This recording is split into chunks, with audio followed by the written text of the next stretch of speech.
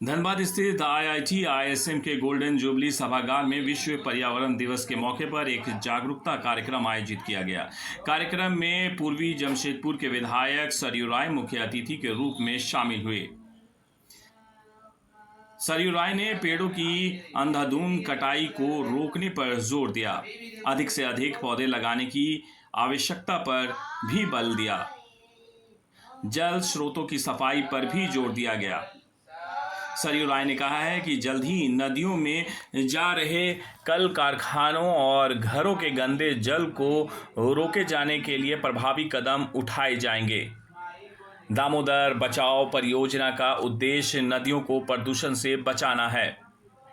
सरयू राय ने कहा कि बीसीसीएल अब केवल अवैध कार्यों में भागीदारी तक सीमित रह गई है। बीसीसीएल पर पर्यावरण के प्रति कोई गंभीरता नहीं दिखाने का आरोप भी लगाया गया।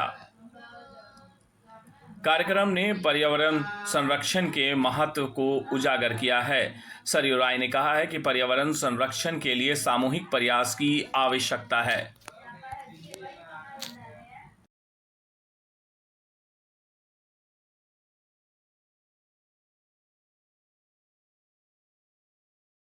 बार बार धरना प्रदर्शन। पत्रकार अपना दायित्व निभा रहे थे।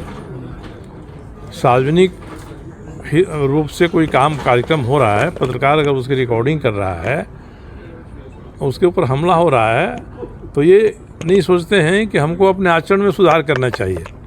ये कांग्रेस के लोग हैं और कांग्रेस में कुछ ऐसे तो ज़रूर घुस आए हैं जो बाहुबली का काम करते हैं, या जो कई खान लोग हैं उनसे प्रभावित होकर अपना रुतबा पत्रकारों पर झाड़ना चाहते हैं। यह तो निंदनीय बात है और इस पर कड़ी कार्रवाई मुझे लगता है कि होगी भी। प्रशासन शासन भी लगा हुआ है। शायद लोग भागे हुए हैं, अभी सामने नहीं आ रहे हैं, मगर समय के साथ साथ ये मामला ठंडा नहीं पड़ जाए, इसका ध्यान रखना होगा। लगातार अपराध की घटनाएँ हो रही हैं। कुछ दिन पहले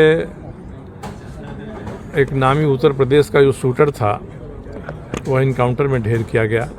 वह वहाँ रह रहा था कई महीने से, उसके यहाँ लोग आते जाते थे। अब शुरू में लगा कि कार्रवाई होगी, मगर उसमें कोई कार्रवाई नहीं होगी। और मुझे लगता है कि अभी जो विनय सिंह करनी सेना के प्रदेश के अध्यक्ष हैं, राष्ट्रीय उपाध्यक्ष हैं, उनकी जो हत्या हुई है, उस हत्या के तार उससे भी जुड़ेंगे। आज ही मैंने सुबह में हमारे जो वहाँ के सीनियर एसपी हैं उनसे मैंने बात किया, कहीं भाई इसका निदान निकालिए, मगर इसके निदान में केवल इसी तक सीमित रहना सही नहीं होगा। पीछे जो घटना हुई थी यूपी के शूटर की, उस घटना में उसको संरक्षण देने वाले जो लोग हैं उनकी भूमिका भी इसमें हो सकती है। इसलिए इन दोनों का अनुसंधान एक साथ होना चाहिए और तब सही लोग पकड़े जाएंगे। नहीं तो जिसमें सत्ताधारी दल के नज़दीक के लोग हैं उसको हम ठंडे बस्ता में डाल देंगे, और कोई दूसरी घटना होती है तो उस घटना पर दुनिया भर का अनुसंधान करके सूचनाएं लेकर लीपापोती कर देंगे। तो एक तरह से देश की अखंडता और अस्मिता के ऊपर प्रहार है। कोई एक समूह अगर इतना मनबड़ू हो जाएगा कि अगल बगल के गाँव पर हमला कर देगा, और इसलिए हमला करेगा कि वहाँ उसमें रहने वाले हिंदू हैं, तो हिंदू कहाँ जाएंगे भागकर? हिंदुस्तान के बाहर तो कोई जगह नहीं है जहाँ जाएंगे। इसमें भारत की सरकार को बहुत कड़ाई करनी चाहिए, और वहाँ के मुख्यमंत्री का जो रवैया है उसके हिसाब से अगर राज्यपाल अनुशंसा करते हैं तो पश्चिम बंगाल में राष्ट्रपति शासन लगाया जाना चाहिए। क्योंकि विपक्ष लगातार वक्त संशोधन नहीं हुआ है। जब 1954 में बना था, उसमें कि पार्लियामेंट की प्रोसीडिंग आप पढ़ेंगे तो कई विद्वान सांसदों ने ये कहा था कि किसी कम्युनिटी की सहायता हमको करनी है तो उसके अलग से कानून क्या बनाना है। हमारे यहाँ तो ट्रस्ट एक्ट बना हुआ है, आप ट्रस्ट बना दीजिए, उस ट्रस्ट में लोग धन जमा करें और उसके हिसाब से उस समुदाय की आप सहायता करिए, मदद करिए। मगर एक कानून बना, कानून में 3 बार कांग्रेस के राज में संशोधन हुए, यानी उसको और मजबूत किया गया। इतना मजबूत हो गया कि उससे बाकी लोग आक्रांत होने लगे। इस सरकार ने भी एक संशोधन किया है और जितनी ताकत दी गई थी पहले उस ताकत को थोड़ा कम किया है। अंतर इतना ही है, अब इस संशोधन से हाय तौबा मच रहा है और इस संशोधन के पक्ष में रहने वाले मंत्री जैसे लोग बयान जो दे रहे हैं जिस तरह का, गैर जिम्मेदाराना कहिए या उनके भीतर मन में जो बात आ रही है या उनका समुदाय जो सोच रहा है उस सोच को प्रकट कर रहे हैं कि हमारे दिल में सरिया है और हाथ में संविधान है। तो इसका मतलब कि इस देश को शरीयत के हिसाब से या शरिया कानून के हिसाब से चलाने की बात हो रही है, तो इसका सबसे बड़ा शिकार तो हमारा संविधान ही होगा। निशिकांत दुबे भी अब इस पर सुप्रीम कोर्ट पर निशिकांत दुबे का बयान आया है, उनका बयान है, उस पर टिप्पणी करना मैं उचित नहीं समझता हूँ। इतना ही मुझे लगता है कि हम कोई भी प्रतिक्रिया व्यक्त करें तो उसमें शिष्टाचार और शालीनता का पुट होना चाहिए। जमशेदपुर घटना पहले लेते हैं हम लोग, हेमंत सोरेन जी युवा मुख्यमंत्री हैं, कम से कम झारखंड से निकलकर विदेश जाने के बारे में इन्होंने सोचा और अपनी सोच को अमल में लाया, इसके लिए उनको धन्यवाद देना चाहिए। कम से कम बाहर कहीं गए हैं तो वहाँ कुछ सीखेंगे ही सीखेंगे, कार्य संस्कृति वहाँ की क्या है, कितना निवेश आता है, कितने उद्योगों की बढ़त झारखंड में होती है, ये महत्व नहीं रखता है। महत्व है कि मुख्यमंत्री बाहर गए हैं, वहाँ देखेंगे, सुनेंगे, आकर अपने राज्य में भी कुछ उस तरह का करने का प्रयास करेंगे तो राज्य की भलाई होगी।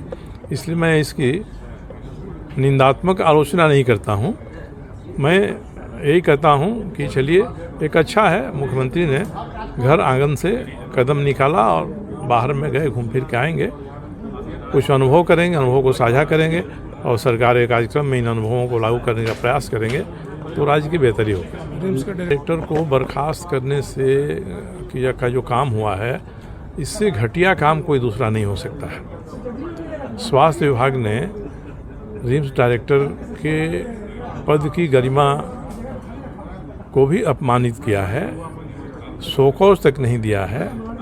और रिम्स के डायरेक्टर से मेरी कल भेंट हुई थी, मेरे यहाँ आए थे, वो हाई कोर्ट में रीट फाइल करने के बाद मुझसे मिले थे।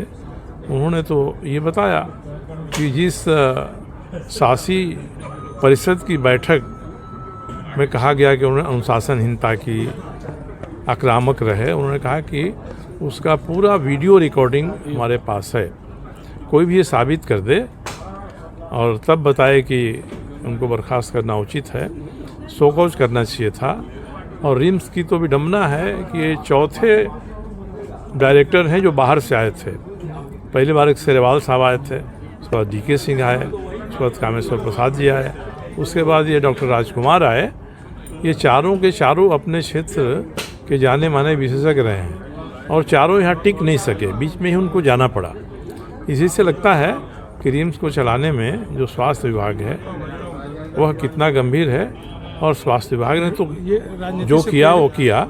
मुख्यमंत्री ने भी आनंद फानन में इस पर सहमति दे दी, ये बहुत दुर्भाग्यपूर्ण बात है। राजनीति से प्रेरित तो नहीं कहेंगे, साफ बात यही आ रही है कि कुछ चीज़ों की सप्लाई करनी थी, कुछ का खरीद करना था, कैबिनेट से निर्णय हुआ था, उस निर्णय को भी बदलवाने की कोशिश हो रही थी और जो जिसको उचित नहीं समझते थे निदेशक, वैसा भुगतान करने का उन पर दबाव था।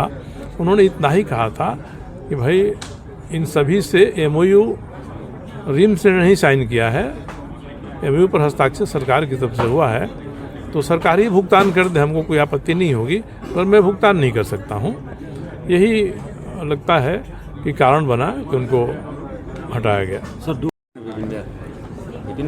IIT ISM के कैंपस में आज युगांतर भारती और IIT ISM ने मिलकर पृथ्वी दिवस का आयोजन किया है। हमारे सभी की गतिविधियों के कारण से और अविवेकपूर्ण विकास होने के कारण से पृथ्वी के ऊपर जो खतरे मंडरा रहे हैं, उन खतरों का सामना करने के लिए पिछले 50-55 वर्षों से प्रयास हो रहा है। पहला विश्व भर में पहला पृथ्वी दिवस 1970 में मनाया गया था। तब से अब तक हर साल एक न एक उद्देश्य के साथ इसको मनाया जाता है। इस बार का उद्देश्य है आवर पावर आवर प्लैनेट, यानी जो रिन्यूएबल एनर्जी है उसको हम बढ़ाएं। इस उद्देश्य से पूरी दुनिया भर में कार्यक्रम हो रहा है। आज यहाँ भी यही कार्यक्रम था। इसमें जो स्थानीय समस्याएं हैं उनके संदर्भ में लोगों ने पृथ्वी पर हो रहे खतरों का सामना कैसे किया जाए इसके बारे में अपना विचार व्यक्त किया। IIT-IISM के प्रोफेसर्स ने इसमें पावर पॉइंट प्रेजेंटेशन भी किया। उन्होंने बताया कि कैसे हम लोग अलग अलग क्षेत्र में इस पर काम कर रहे हैं, और जो लोग आए थे मुझे लगता है कि सभी अगर अपने स्तर से भी कोई ना कोई प्रयास करेंगे तो इस खतरे को हम लोग दूर कर सकते हैं। वैज्ञानिक लगे हुए हैं, मेधावी मस्तिष्क लगे हुए हैं, काफ़ी रिसर्च हो रहा है, मगर उस रिसर्च को हम ज़मीन पर कैसे उतारेंगे यह आम जनता के सहयोग के बिना संभव नहीं हो पाएगा। तो पृथ्वी दिवस मनाने का यही उद्देश्य है कि अधिक से अधिक लोगों को हम लोग इस अभियान में जोड़ें। दामोदर बचाओ अभियान अभी कितना रंग लाया है? दामोदर बचाओ अभियान तो अब उतनी सक्रियता नहीं है, कारण कि जो औद्योगिक प्रदूषण है उससे प्रायः मुक्ति मिल गई है। थोड़ा बोकारो स्टील का मामला है, उन्होंने कहा कि 1 साल के भीतर हम ठीक कर लेंगे। अब हम लोगों का जोर है कि जो हमारे घरों से गंदगी निकलती है, जलमल निकलता है, कैसे हम उससे नदी को मुक्त करें। तो ये नहीं कहें कि हम लोगों के ही प्रयास से, मगर जब से दामोदर को गंगा एक्शन प्लान में शामिल किया गया है तब से इस दिशा में काफ़ी प्रयास हुआ है।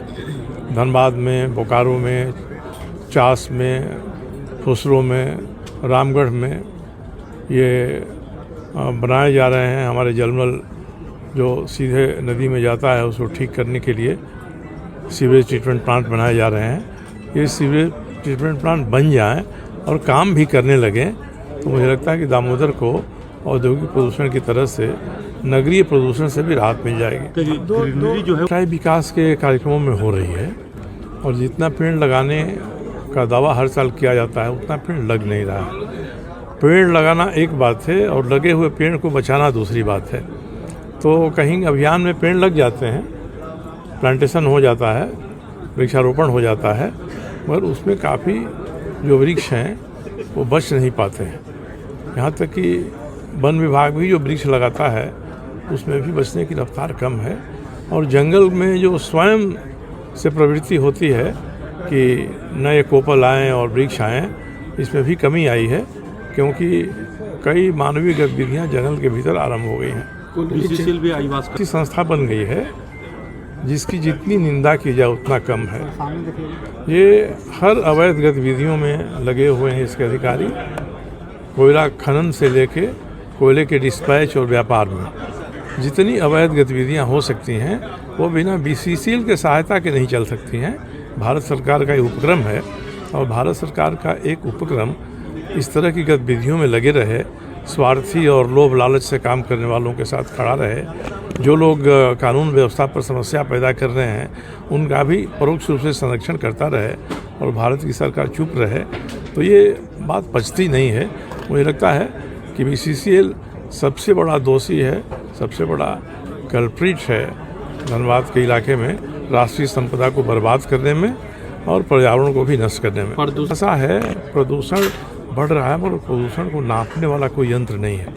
दिल्ली के बारे और जगह पर हम लोग सुनते हैं कि इतना IQ हो गया, तो चिंता हो जाती है, कोर्ट भी इंटरफेयर करता है।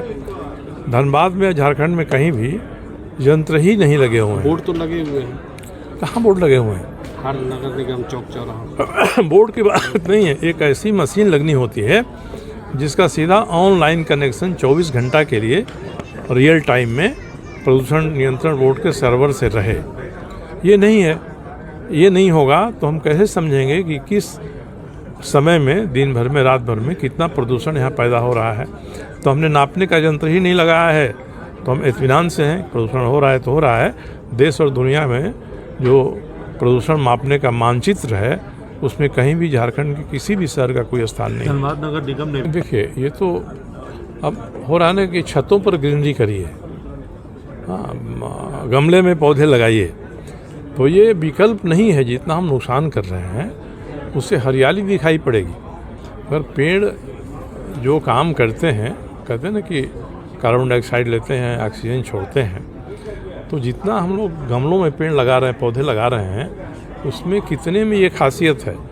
और जब हम सड़क के बीच में पेड़ लगाएंगे और सोचेंगे कि वनों की कटाई का विकल्प ये होगा, ये संभव नहीं है। आखिर हम सभी जानते हैं कि पेड़ पौधों में भी जीवन होता है। सड़क के बीच में डिवाइडर पर लगा दीजिए और चारों तरफ से प्रदूषण और धूल धक्कड़ चलते रहेगा, तो आपका जो पेड़ पौधा इस वातावरण में जी रहा है वो आपकी सहायता कितना करेगा प्रदूषण को नियंत्रित करने में, वातावरण को साफ करने में।